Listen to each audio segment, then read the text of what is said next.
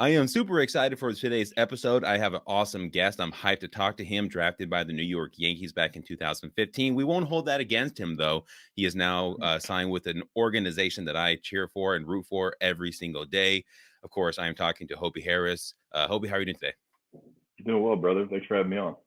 Absolutely. I'm hyped to talk to you. Johnny, I was talking to him this past episode, and he said, you got to talk to Hobie Harris. You know, I had him on his show, or you were on his show and stuff. I said, yeah, dude, let's get it together. Happy to have you on. Happy to talk baseball. I'm happy that you're here with the Brewers, dude. That's exciting. Let's jump right into it, man. What Yeah, led you to baseball growing up? Like what made you fall in love with the game? man. As long as I can remember, I had a ball in my hand. I mean, the first time I played organized baseball, I think I was 3 years old.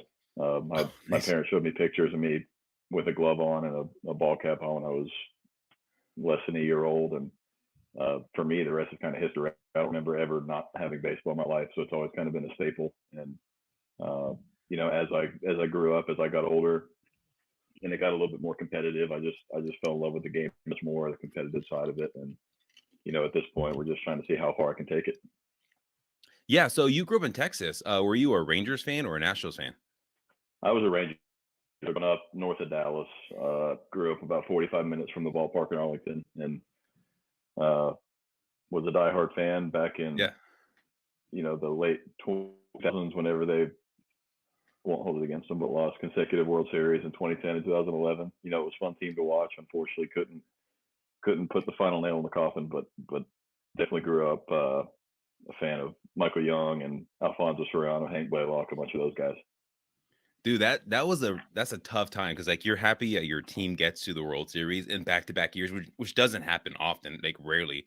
I think the Royals might have been the last time in 14 and 15 when they made it back-to-back. But yeah, dude, to Mm-hmm. lose it and like not to like just rub salt in the wounds, but like almost you're so close, and then it's just like, oh, it's just so Right. far away. But hey, at least you were able to watch your team get to the World Series. I haven't watched any team that I've cheered for get to the World Series in my lifetime. I think the A's, where I grew up in California, they went to the World Series the year I was born. So I was like, Mm-hmm. 3 months. I didn't really I didn't really remember anything, to be honest. But Right. yeah, dude, for me, like my dad's Puerto Rican, so like Puerto Rico, like baseball is like king. Like that's like their life. So like my dad grew up a baseball fan. He actually grew up a Yankees fan, so he'd be hyped that I'm talking to you because you were drafted by New York. I got to tell him that after I get off Yep. here. That that was his childhood team because he was born in Puerto Rico, moved to New York. But who was one of Right. your favorite players growing up, or like somebody you like maybe mirrored Oh your career after, or try to? man, my favorite player of all time. I got two of them. Number one was Michael Young. I mean, he was the one of the captains of the Brewers when I was watching him growing up. Just the way he carried himself on the field, the way he was Hmm. kind of a quiet leader. He kind of led by example. Um, and I compare him a lot to Derek. That you never really saw anything bad about him. He went on the field, took care of his business. Everybody loved Yeah, him. The team kind of rallied around him. Uh, and then number two, I think the obvious one being the Texas guys, Nolan Ryan. yeah. The Ryan Express. Just that mentality he took on the mound of give me the ball and let's see how hard I can throw it by you, and just that kind of hard nosed blue collar mentality of this is my stuff. Do what you can to try to hit it, and more times than not, he found success doing that. Yeah, no, absolutely. He was dominant for sure. Growing up though, like did you or going to games, did you have any like specific do you have any fun memories as a kid at the games or even maybe like junior high school as you got older? Do you have any fun memories at games? Because I have so many like memories from like my childhood to like recently. Just it's fun times at the games. Yeah, I think one of my fondest memories when I was growing up, my little league team was the Rangers. Obviously, being that we Oh, were nice. we Yeah. were all Rangers fans, we played for the Rangers. So when we were 7 or 8 years old, it was the first time I ever got to experience batting practice, and we were up right against the rail in left field, and watching all these guys, hit balls out of the park, and being 8 years old and being like, this is what we Yeah. aspire to be. And the first time to get to experience that firsthand, that's one of my fonder memories going to a game. That's incredible. So growing up, were obviously you're a pitcher? Did you play Mhm. any other position, or and when did you become a or switched mostly to pitching? Yeah. So growing up, I actually spent about 8 years catching. So I was on the receiving Nice. end, and then when I was about 14 or 15, I decided that I was tired of getting beat up behind the dish, and I wanted to be the Yeah. one that was delivering the pitch rather than receiving it. So uh, I shifted more to pitching going into my junior year of high school, and then I actually played both pitcher and outfield all the way through my freshman year of junior college. Then once I got back my sophomore year, I went pitcher only. So before you started pitching, did you ever like think like I could do this? I'd just rather be a catcher, or did you have no idea that like you can throw gas? Well, so the way that my birthday lines up, my birthday's in June, so I was always younger. So I would play with a team that was older and then play with a team that was younger. Yeah. And I was always one that had a stronger arm, but whenever I played with that younger team, it was like uh, a head above everybody else as far as arm strength went. So that's when I started kind of toying with being on the mound. And then as I found success and as I kind of learned how to use my body a little bit more, uh, that's when it came a little bit clearer that I may have a bit of a future doing this. Yeah. So obviously you throw hard now. You can hit 99 up to 90. What is the hardest you've thrown? So in a game, uh, actually, ironically, on my birthday last year, we were in Syracuse. I hit 100, Okay. uh, and then last, I guess it was a year and a half ago, during the back end of the COVID shutdown, I was throwing a bullpen. I got 101. Wow. That's incredible. So you throw that hard now. So as a kid, and you were kind of, you know, stronger than the average Right. pitcher, average hitter. Were you just throwing it by and just blowing it past these kids? So whenever it would go over the plate, I would. I knew. Yeah. So the way I explain it to people, I kind of taught myself how to pitch backwards because before figuring out the whole pitching side of it and Mhm. understanding, getting ahead early in the count, making sure you can Yeah. control the strike zone, I was always just the thought of how hard can I throw the ball. So Okay. whenever I would be in the general vicinity of the strike zone, there weren't very many guys hitting it, but it took a little bit of time adjusting to not just being a thrower, but being a pitcher and being able to control it. How many kids did you hit though before you learned how to control it? Uh, Probably not as many as I leading on, but there was definitely, and I mean, even there's every now and again one will get away from me, but I think not necessarily hitting guys as much as just being a little errant around the zone and Yeah. figuring out how to minimize the walks. But it's a work in progress. We're getting there. Yeah, no, for sure. So yeah, I mean, we'll see what happens in this season. Hopefully, you'll break camp with the Brewers, but we can talk about that in a quick second. So you Mm-hmm. still were playing catcher and pitching when you went to JUCO, and why did you go the JUCO route instead of did you have any other offers? I know you ended up going to Pitt, but talk to me about that. Yep. So I sat out my junior year of high school due to an elbow issue that I had. It wasn't anything serious. It was just basically severe tennis elbow. Um, Okay. and the just said that it was from a combination of throwing football, throwing baseball, and lifting weights, and doing that every single day. Um, Given an extended period of time, 2, 3, 4 month period of time, the arm just kind of gave out.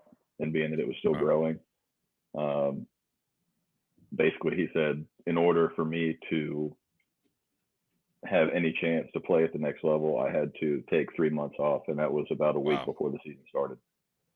So going back my senior year, luckily, number one, I was healthy. Yeah. Uh, I kind of established myself as our number one pitcher going through early non-district play, and then ended up just pitching well my senior year, not really knowing what the future would hold. I was just trying to Mhm. enjoy every game every time I was out there, and Yeah. kind of right place, right time. There was my junior college that I played at came to see a game. I ended up pitching well, and I actually hit a home run in the same game. So Oh, nice. Were you ended catching? up picking a good day to sell myself. No, so actually, I stopped catching my sophomore year, and I was just playing in Okay. the outfield. So I was Oh, I was outfield. Okay. pitching and playing Okay. outfield. Yeah, Nice. but Wow. Okay. I enjoyed. the opportunity to go into junior college, but at the time that was really the only chance I had to play at the collegiate level. So I kind of took that for what it was. Yeah, so obviously JUCO has, you hear the crazy stories about there, and also like in the minor leagues, the grind that JUCO is. What are some interesting stories that you, or some experiences that you had while in JUCO? Oh well, from a baseball perspective, Yeah. uh, we get the very early morning calls to go pull the tarp because when I was at Pitt, we had the luxury of having a turf field. So whether it was snowing or raining, all we had to do was cover the mound and the plate. But in junior college, because the infield was dirt, Mm-hmm. if it was going to rain, we didn't have uh, Oh, a grounds crew that took care of it for us. That was our job. So not only did we have to go at 3:30 in the morning to pull a tarp, but we didn't have the best tarp in the world. It'd probably been there for 30 years, and it had holes in it. So we had guys crawling under the tarp to, you know, holes, put tires underneath it so the water wouldn't stack up, and uh, definitely the epitome of the word kind of grinded through it. But yeah. between then not really having the same regulations that the NCAA has, so they made sure that they got our workouts in. We'd run quite a bit. We'd practice for 4 or 5 hours, and it was all about baseball. So Was your team good definitely at your grinding JUCO? through it. We had talent. We played well. Both years we made it to the conference tournament. Um, both years we just fell a little bit short, but we definitely had a team. We had, I think, my freshman class, we had 17 freshmen that came in, Oh wow. and by the time we all got, I guess, got out our sophomore year, every guy had an offer to go play at a division or at a 4-year school if they wanted to. So that was pretty That's cool. awesome. Yeah, that's incredible. So then, you after 2 years, you went to Pitt. You transferred there. Why that university?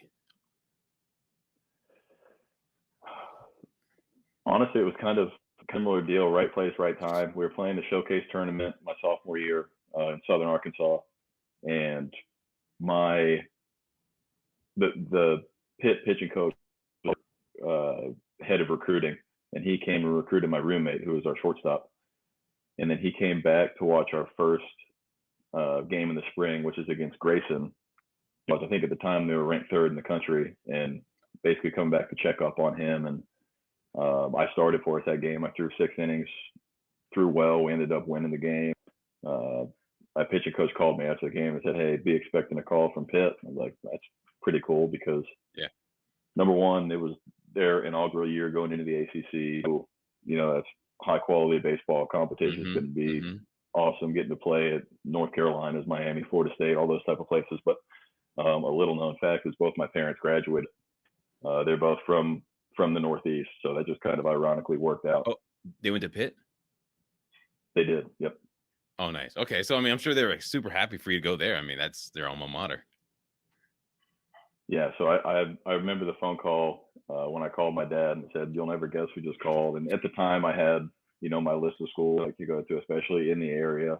Uh, Mm-hmm. Being from Texas, and he kind of listed a couple of different schools. I said, "No, I just got off the phone with Pitt," and there was like a 15-minute pause, and Yeah. he was speechless because he couldn't believe it. He's like, "No way, that's pretty cool." And then ended up playing 2 years there, and great experience. I enjoyed it.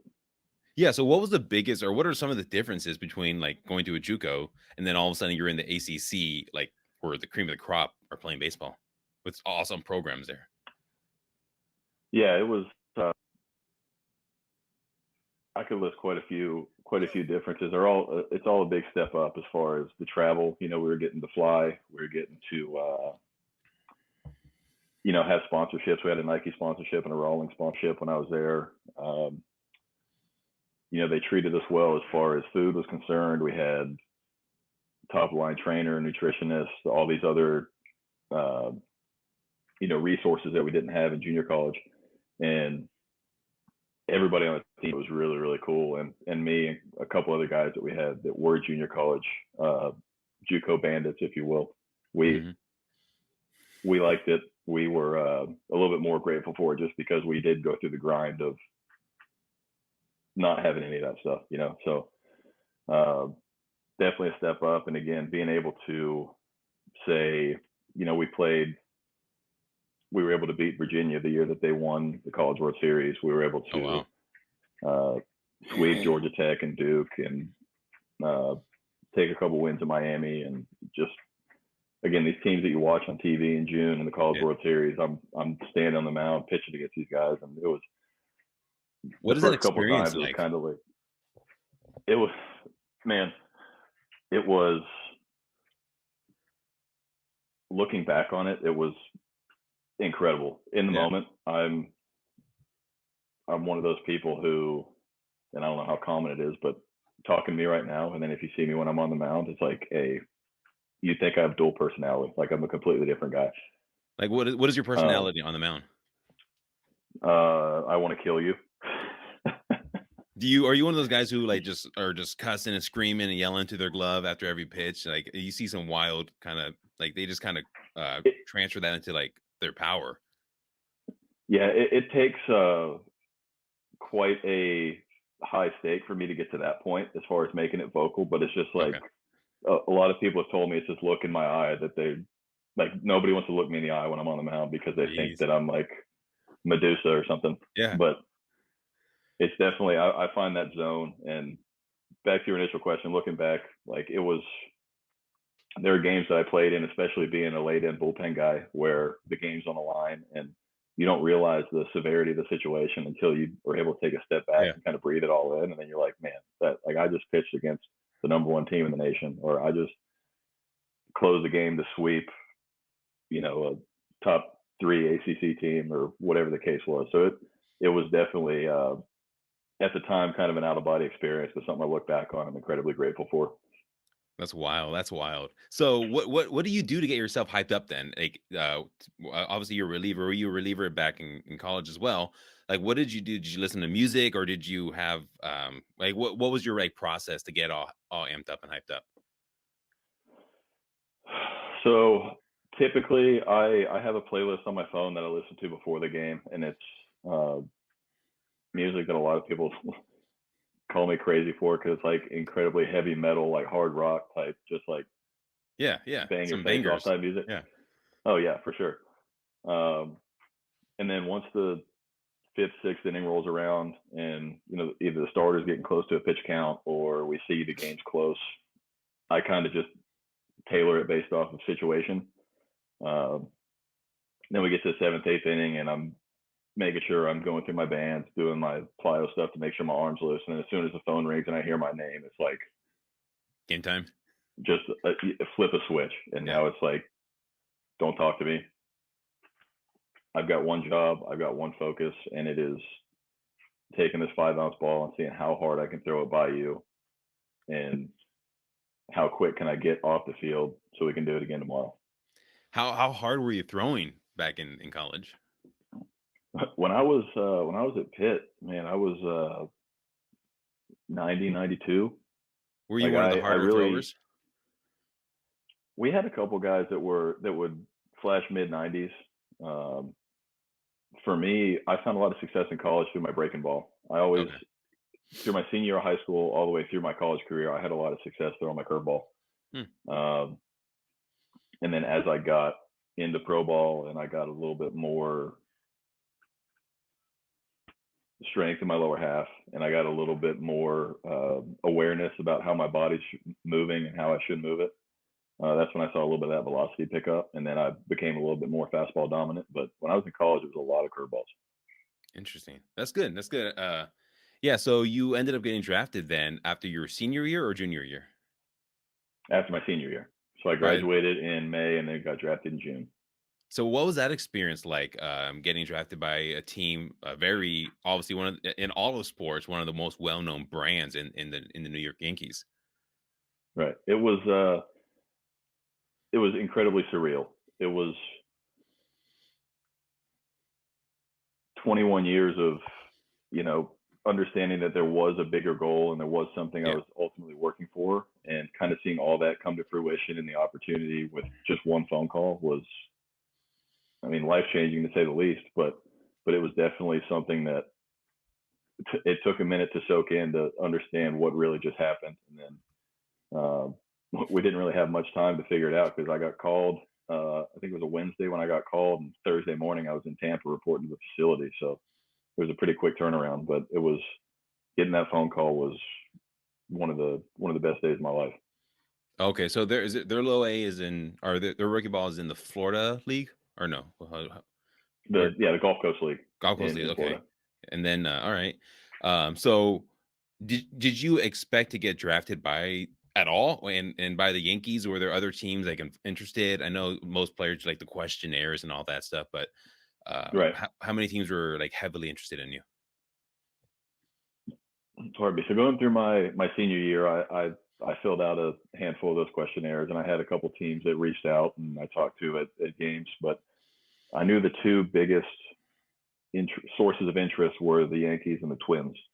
And I gathered that from the fact that they both had me out for pre-draft workouts in May. So after our season ended, about 2 weeks before the draft, I flew out to Staten Island for a workout, and then I Nice. went up to Rochester for a workout with the Twins. And I did pretty well with the Yankees. I think I was up to 94. We did like a little sim game type deal. I faced 5 or 6 hitters, and the scout that called me out there, we sat down and talked afterwards, and he said, I mean, obviously it was up to the front office at that point, but they kind of saw what they wanted to see, and Mm. 2 weeks later, that's when I got the call. So it was pretty cool. Yeah, that's awesome. And then you were in the minors just grinding. What was your experience like in Florida and also in the South Atlantic League? So let me preface by saying Charleston is one of the most fun places I've ever played baseball. I love the Sally League, and people call me crazy because there were 12-hour bus trips, and there's the being in the southeast in the middle of the summer where it's It's hot. 110 degrees, Yeah. but something about playing at the Joe in Charleston on Thursday night when there are 10,000 people and it's so loud you can barely think. Yet I get on the mound, I can't hear anybody. It's just like zoned in, and I had a lot of fun playing in that league. And then same thing in Florida. Obviously, the Florida State League being at the big league training complexes, we played at some cool fields. Mm. Travel was a lot better because they're all relatively close, being Closer. in the Yeah. same state. So, but I mean, I spent parts of 4 years in the Florida State League, so I definitely put my time in there Yeah. and was happy to get out. Dude, I can't even imagine. What were some of the crazier stories that you had or experiences in the Florida League? Because like you said, you got some long trips there. So my first year in the Florida State League, we were playing a home game in Tampa, and if you look beyond the right field fence, right across the street is Raymond James, where the Buccaneers play. Oh, okay. And they had it was a circus or something going on, and they had this big white tent right behind, basically about from right center field to the batter's eye in center field. And it's a sunny 95-degree day, 7:05 start. We're all out there for batting practice, and then we come into the clubhouse, and the GM of the team walks in and says, "Hey, we're not playing today." And we're looking around like, "What the heck's going on?" Yeah. We walked back out, and the umpires were talking because there was a circus tent behind the center field wall behind the batter's eye. They said it would have been too distracting. So because of the circus, we didn't get to play a game. It got banged. Jeez, that's wild. Well, Like if hey, that's not minor league, I don't that's know what that's is. But that's the epitome of minor league right there. Just a circus is absolutely, more important than or just taking priority. Wow. yeah. Was there any hitters or anybody? Yeah, any hitters in the Florida league that you just absolutely dominated, or in that are in the show now? Oh man.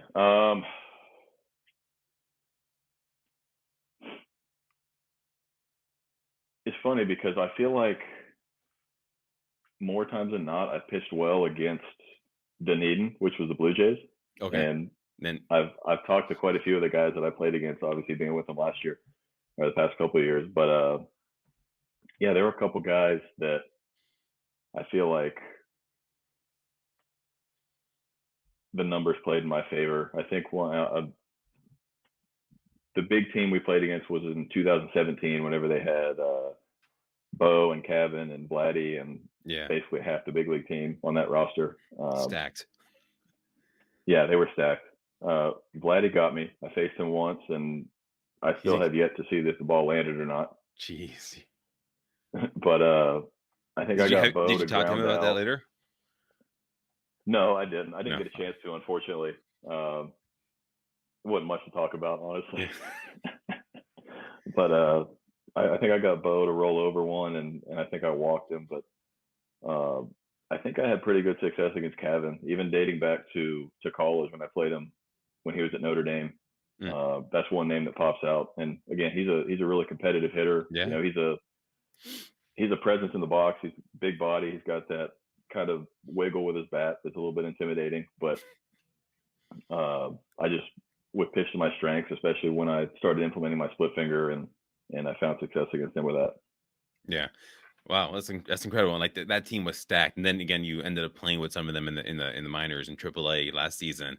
How was it with COVID that year, 2020? Because you were doing well. I think you got to AA the year prior, and then COVID hit. Mm-hmm. What was that year like for you? Well, initially it was a pretty big bummer, because it was the first time I got the chance to participate in big league spring training. I threw in my first big league game against the Phillies in Clearwater. I threw really well, threw an inning, went 3 up, 3 down, had 2 punchies. And then a week later, we got the call that we were getting sent home. And that was the initial, like, get sent home for 2 weeks, we'll reevaluate, see where everything's at. And that's when the world kind of shut down. Yeah.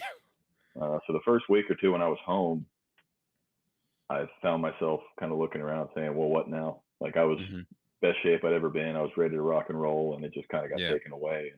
And it was at that time that, you know, with the help of now my fiance and talking to our mental strength and conditioning team with the Blue Jays, kind of putting a plan together as far as how can I best utilize this time to progress for whenever that day comes where I get back on the field. And, you know, I just started taking video of my throwing program and my training and my bullpens, and trying to figure out where in my delivery I could be a little more efficient, be a little bit stronger. And then it wasn't 3 months later where I was throwing bullpens where I was 99, 100, and everything just kind of clicked. So definitely early on wasn't what anybody wanted, and I felt like we got a little bit taken away from us. But then whenever I was able to kind of big picture it and put it in perspective as far as this, I was given the gift of time, how am I going to use it?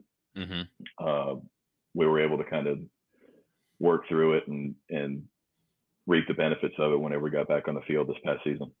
It's good that you're able to have that big picture view of it, because I know like that year was taken away from so many people in the minors. Like it's incredible just like how much that changed like the lives of so many players.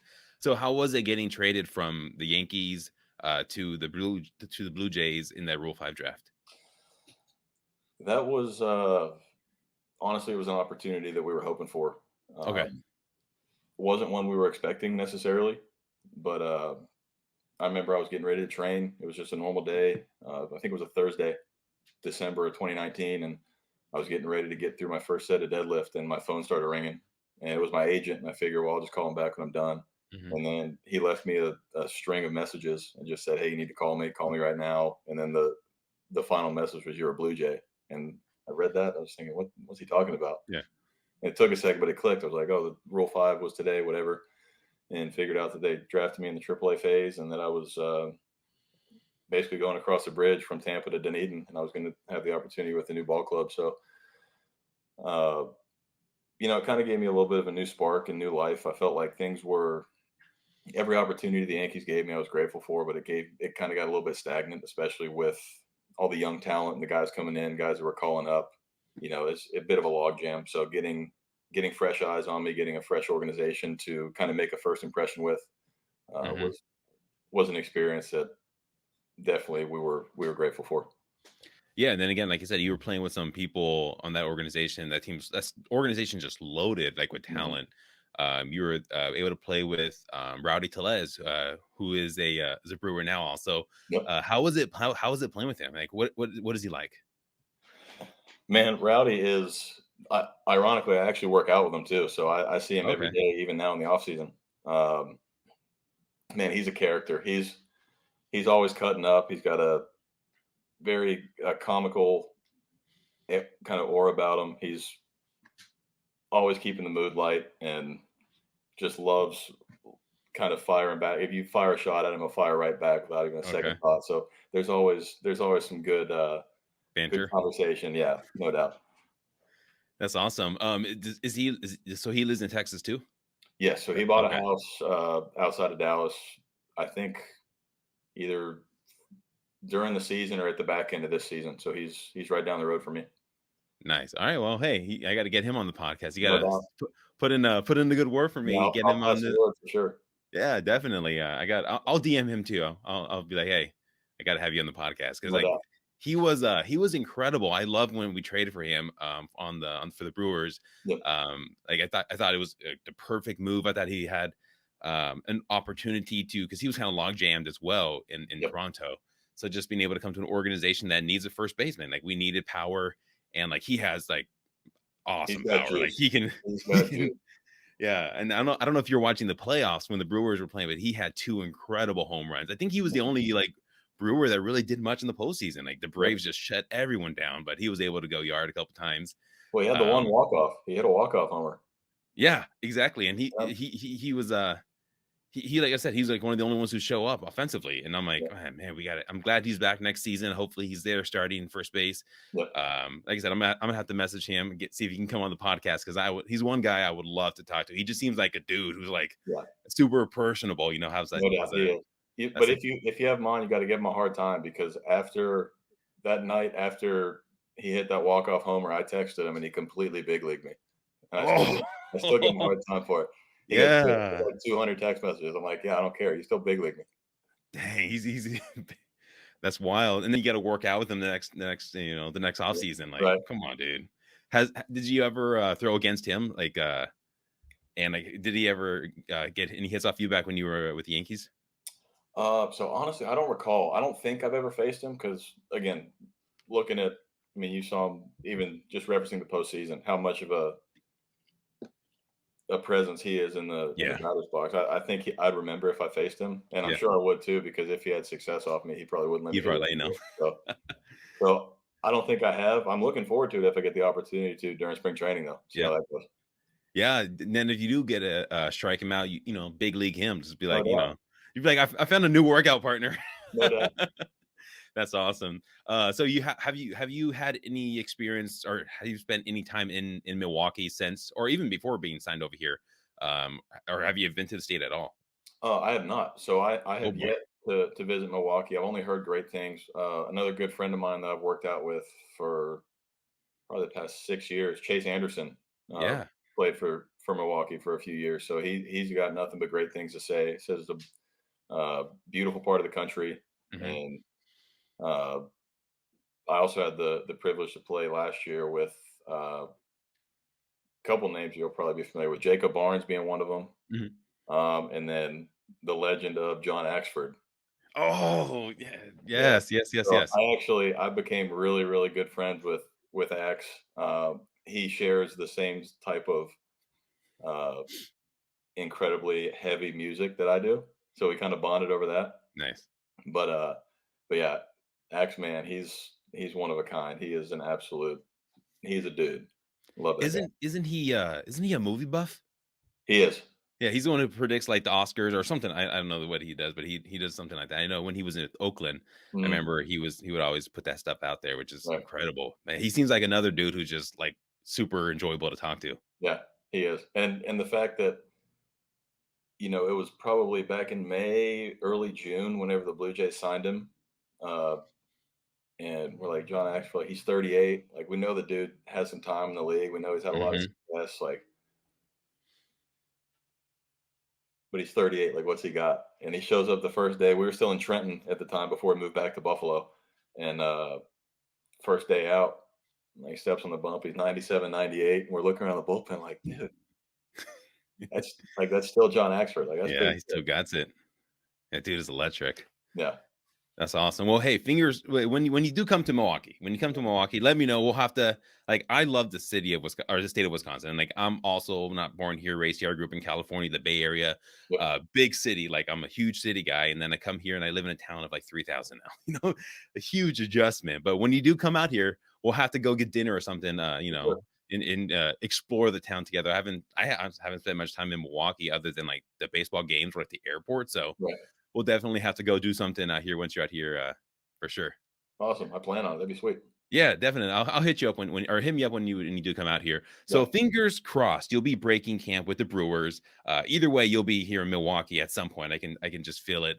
Have you watched? Because we obviously have an incredible pitching staff here. We have an incredible closer, incredible bullpen. Mhm. Was that maybe one of the reasons why like you considered Milwaukee? Absolutely. I think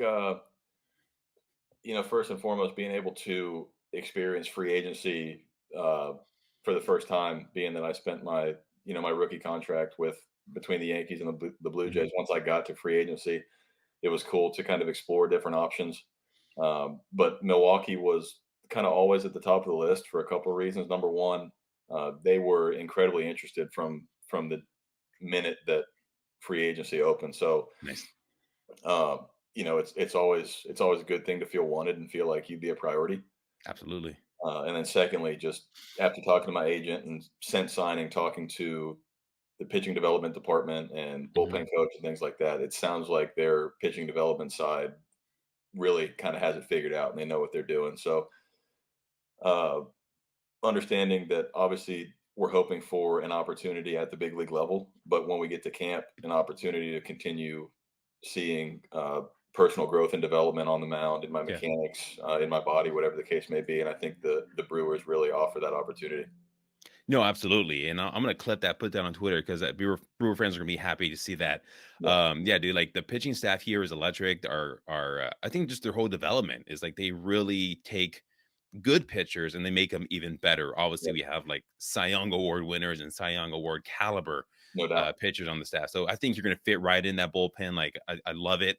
I can't wait to see you debut. Hopefully, it's in Milwaukee. Johnny was saying he hopes it's like somewhere where he can go, but he can Right. drive out of here. It's like 10 hours. You'll be fine. Yeah, I'll definitely have to go check out your debut and for sure. Like I'm excited. I already told my wife. I said, "Hey, we're when he pitches, we're gonna go there. We'll leave the kids. This is just gonna be an adult trip.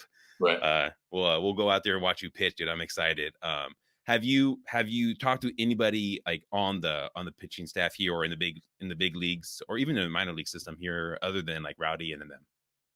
So the one guy who I've been in most contact with, his name's Cam Castro, and he's one of the pitching development. I think he's a pitching coordinator at the minor league level. And initially we had a probably 10-minute phone call about a week after I signed, just kind of going over, introductions, me giving him my rundown of my pitch arsenal, things I'm focusing on this offseason, things that I feel are going to help make me successful and keep me successful building off of last year. And just kind of shooting him videos of, my training, my plyo work, my bullpens, and kind of getting his feedback just to make sure that I'm in the right spot, getting ready for Mhm. that. And I've had a couple other guys reach out, but as far as a constant line of communication, me and Cam have talked quite a bit. That's awesome. So moving on from baseball, you mentioned your fiance. When are you getting married? I am getting married a week from Saturday. Dude, that's incredible. Okay, where is it going to be? In Texas? It is. So it's going to Okay, be in Granbury, which is about 45 minutes west of Fort Worth, and it's where she grew up. that's awesome. How'd y'all meet? We actually met through my younger brother. He's about a year and a half younger than I am. He's 2 grades below me, but they actually went to college together at Texas A&M.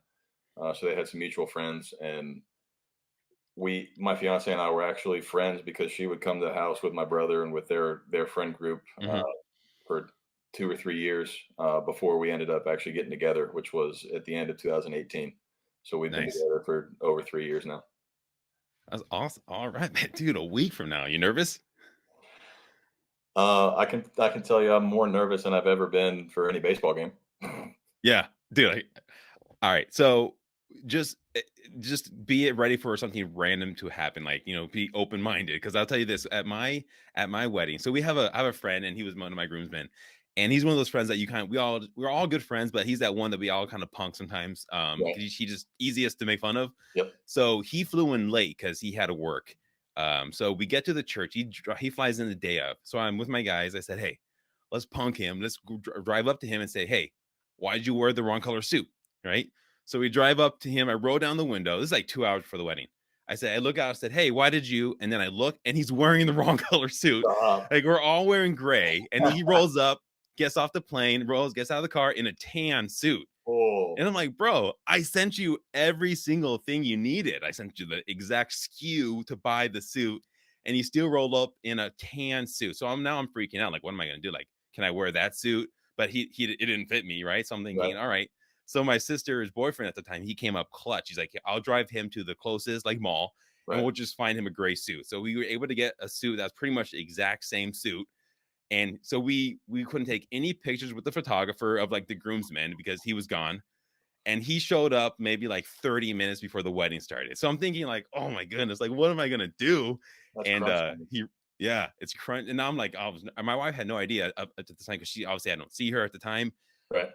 But internally, I'm like, man, like, do I gotta pause the wedding? Like, do we just tell her, one of her bridesmaids, like, you can't go down the, just But dude, it was wild. But no, man, where are you guys gonna go on your honeymoon? We're going to Jamaica. Nice. Okay. We did the Bahamas. We did a cruise. Like it was the best decision ever. We did like a 4-day, 5-night, whatever cruise. Cool. And man, absolutely loved it, bro. But dude, I'm excited for you. I'm happy for you. I'm a Hobie Harris guy now. So I'm glad that you were able to come on the pod. I'm excited for your wedding. I'm excited to see you. Yeah, dude. I'm excited to see you pitch in Milwaukee. Like I said, once you come down here, we'll have to hang out, get some dinner or something. What do you do in the like when you're not pitching? What is your thing before we go? I love to golf. Okay. Golfer for the most part. I don't know at what level. I mean, I'm I don't golf at all. Smash golfer. It definitely depends on the day, but I love being out on the course. Just it's relaxing, and it still brings that competitive aspect out of it too. That's awesome. I can't golf. I can't even like putt golf, like mini golf. Like I don't even try anymore. I give up. I'm so bad. It definitely tests your patience. That's for sure. Like I love golf for like it's like bowling. I love golf and I love bowling for about 5 minutes, and then I realize I hate it. And like you're over it pretty quick. I'm over it because I'm when you're not competitive, it's just like what's the point, Right. But yeah. Anyway, do you game at all? Oh yeah. What do you Xbox or okay? I can't even see PlayStation. Okay. PlayStation. Okay. What games do you play? Honestly, and I'm kind of ashamed to say, but I'm still on the Fortnite train. Dude, me too. Oh well, yeah. We gotta grind it. Yeah, absolutely. I'll send you. I'll DM you later and get your gamer tag. But Fortnite's kind of like my palate cleanser of games. Like I'll play COD for a while, and then I'm like, man, I'm gonna go to Fortnite because no one else really plays it anymore except me. Right. So like I'll play it, and then like I'm like, okay, now I kind of go back to Call of Duty and all that. But all right, dude, I'm gonna have to send you my gamer tag, and we'll have to grind out and see what we can do. I'm always down to grind a little Fortnite. I love that, man. I love that.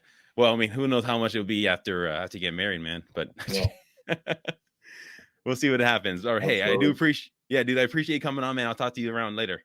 Awesome. Thank you for the time. Appreciate you having me on, brother.